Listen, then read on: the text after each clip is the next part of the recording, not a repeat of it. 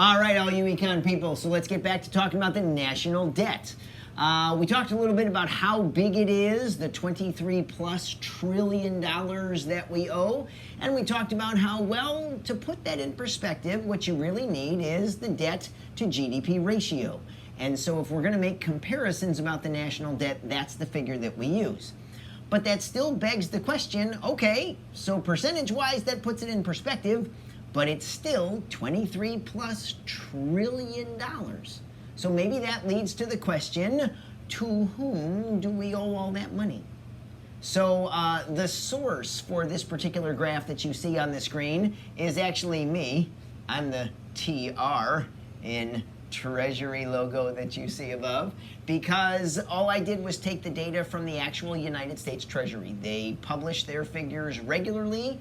They just don't make nice charts out of them. So I took their data and made this chart out of them.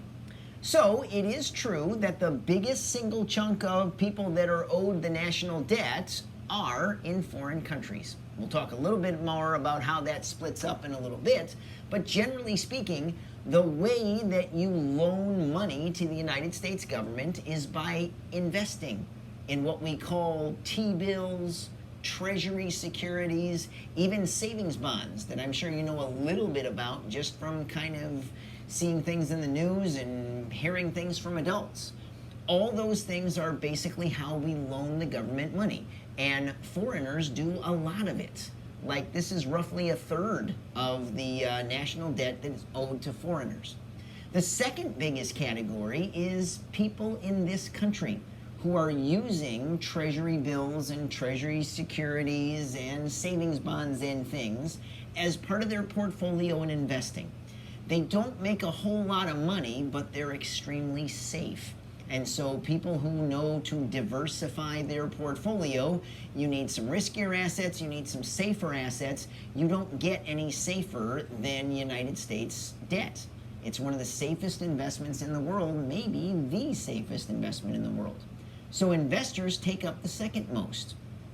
Believe it or not, the third biggest category is the U.S. government itself. This is what we made reference to in that earlier video about how, well, something like the Social Security Trust Fund.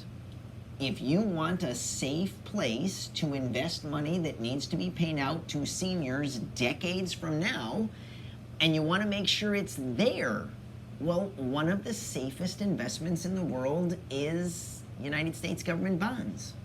And that's debt for the U.S. government. So sometimes people say the Social Security Trust Fund has been raided to help the government spend money. Well, an economist would disagree with the expression raided. It's been put there for safekeeping as a form of investment. So that's one of the big reasons why this U.S. government slice of the pie is so big. It's not just the Social Security Trust Fund, but it's the biggest chunk of that chunk. Now, moving on. The Federal Reserve, which we keep talking about here and there, which I keep telling you is going to come in the monetary policy unit. Well, the Fed is the next biggest holder of U.S. government debt, like to the tune of 2-point-something trillion dollars. Like right around now, it's about 2.7-ish. That's a lot, and they do that because it's a way to help control the money supply of the United States. And I'm not going to talk more about that now because you're going to get so bored of me talking about it in the next unit. That's what monetary policy is all about. How do they affect the money supply with their purchases of government bonds and all the rest? To get to the final, smallest pieces of the pie, we've got banks over there, just under $1 trillion, somewhere around 900 billion. And then that purple slice there is, again, like Social Security, people who want to keep their money in the safest place possible. So private pension funds and insurance companies need to have portions of their assets that they're going to give up the returns that you get from better investments by getting the safety you have from one of the safest investments in the whole world, U.S. government bonds. So before we leave this chart and get to the next chart, a lot of people always wonder about the foreign part. Number one, they think most of the national debt is owed to foreign countries, and you can clearly see by this pie chart that that's not true.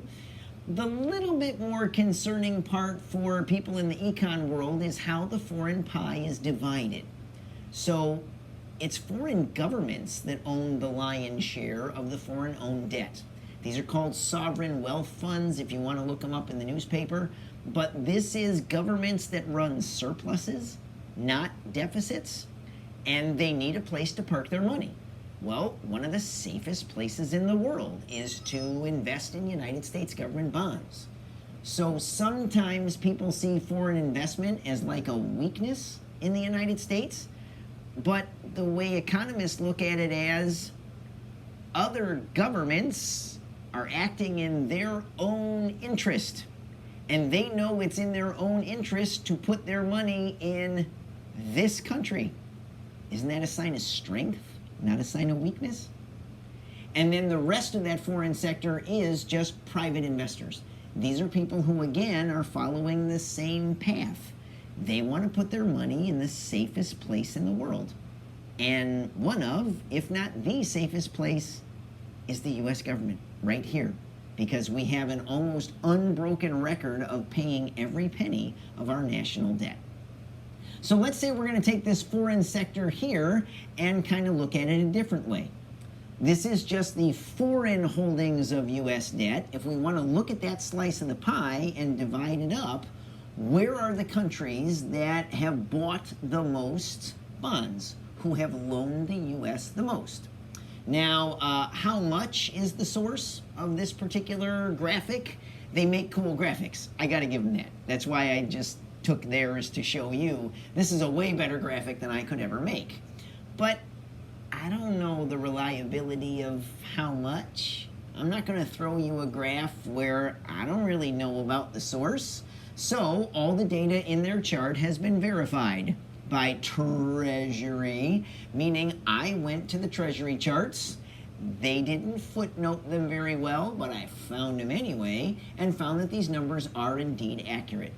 So you're going to see China as the biggest holder of US national debt, with Japan coming in second, and believe it or not, Brazil coming in third. I forgot to look where they are. They're right here. That's where Brazil is. And if you want to find a chart like this somewhere on the internet, you can see how that foreign sector is divided up. So, to answer the question, to whom do we owe all this money in our national debt? Hopefully these two slides have told you a bit of the story.